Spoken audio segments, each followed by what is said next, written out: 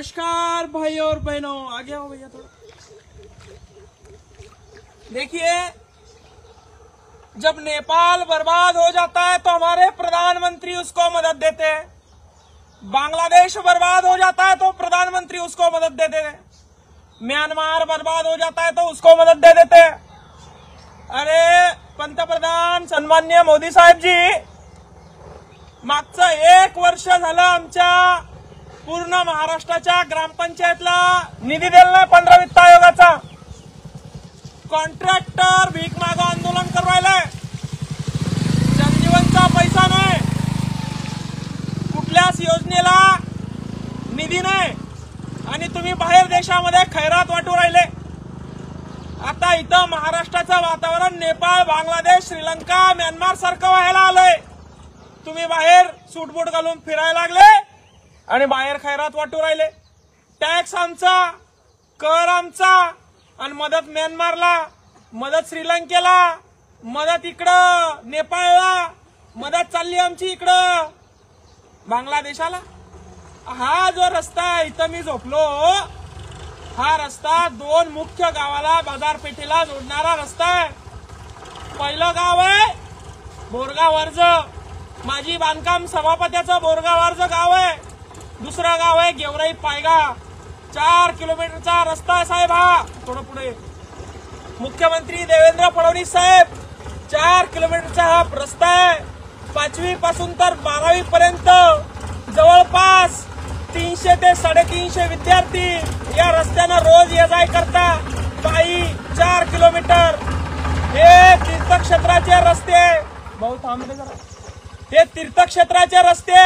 राजुरीश्वर गणपती यांचं मोरेश्वर गणपती मंदिर बोरगाववर इथे, श्री संत विश्राम बाबा यांचं मंदिर गेवराई पायगा इथे आणि 300-350 पोरं या रस्त्याने ये जाय करता आणि रस्त्यानं दर 100 मीटरला असे डायव्हरे तुंबले। हो, आमच्या देशाची खैरात बाहेर देशाला वाटणाऱ्या लोक, आमच्या रस्ते तुम्ही कधी चांगले करणार आहे? आमच्या कॉन्ट्रॅक्टरला कधी तुम्ही कामाचे पैसे देणार आहे? आमच्या ग्रामपंचायतचे कधी तुम्ही 15 वित्त आयोगाचे हप्ते देणार आहे? देशात ही अवस्था असताना 56 इंचाची छाती फुगून तिकडे पैसे वाटायची, खैरात वाटायची कामं तुम्ही लावली आहे। आणि म्हणून छत्रपती संभाजीनगरच्या जे बांधकाम विभागाचे अतुलजी चव्हाण साहेब आहे, त्यांना निवेदन दिलं। या तालुक्याचे आमदार अनुराधाताई चव्हाण आहे, त्यांना निवेदन दिलं की बाबा हा रस्ता शेतकऱ्यांच्या पोरांसाठी, शाळेत जाणाऱ्या गोरगरीब लेकरांसाठी, गावखेड्यातली पोरं आहे, गरीबाची पोरं आहे, सिटीत शिकायला जाऊ शकत नाही, ट्युशन लावू शकत नाही। इथं बोरगावमध्ये एक कॉलेज आहे, 5-25 खेड्यातली पोरं तिथं शिकायला जातात, तो हा रस्ता आहे।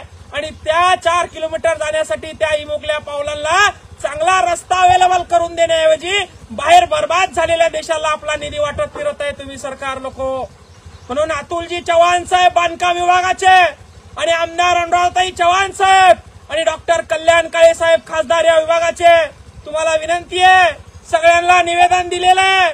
1 वर्ष झाला जवळपास निवेदन देऊन आमदार साहेबाला आणि बांधकाम विभागाला, त्यांनी दखल सुद्धा घेतली नाही। पण तुम्ही लोक काय म्हणता? हे पोरग स्टंट करतं म्हणता। तुम्ही लोक काय म्हणता? हे फेमस होण्यासाठी असले नाटके करतं म्हणता। पण निवेदन दिल्यावर तुमचे अधिकारी काम काऊन करत नाही? 4-4 महिने, 1-1 वर्ष होतं तुम्हाला निवेदन देऊन, निवेदनाला तुम्ही गांभीर्याने का घेत नाही? मग असं आम्हाला काम करावं लागतं। आणि मी अतुलजी चव्हाण साहेब बांधकाम विभागाचे त्यांना हात जोडून विनंती करतो, पुढच्या 8 दिवसात या रस्त्याच्या कामाला सुरुवात केली नाही, याचा टेंडर केलं नाही तर गाढवावर बसून आदिवासासारखं नंगाट होऊन तुमच्या कार्यालयामध्ये 8 दिवसात घुसणार आहे बाबा। ते तुम्ही काय करायचं ते बघून घ्या, एवढंच सांगतो। जय जिजाऊ, जय शिवराय, जय जवान, जय किसान।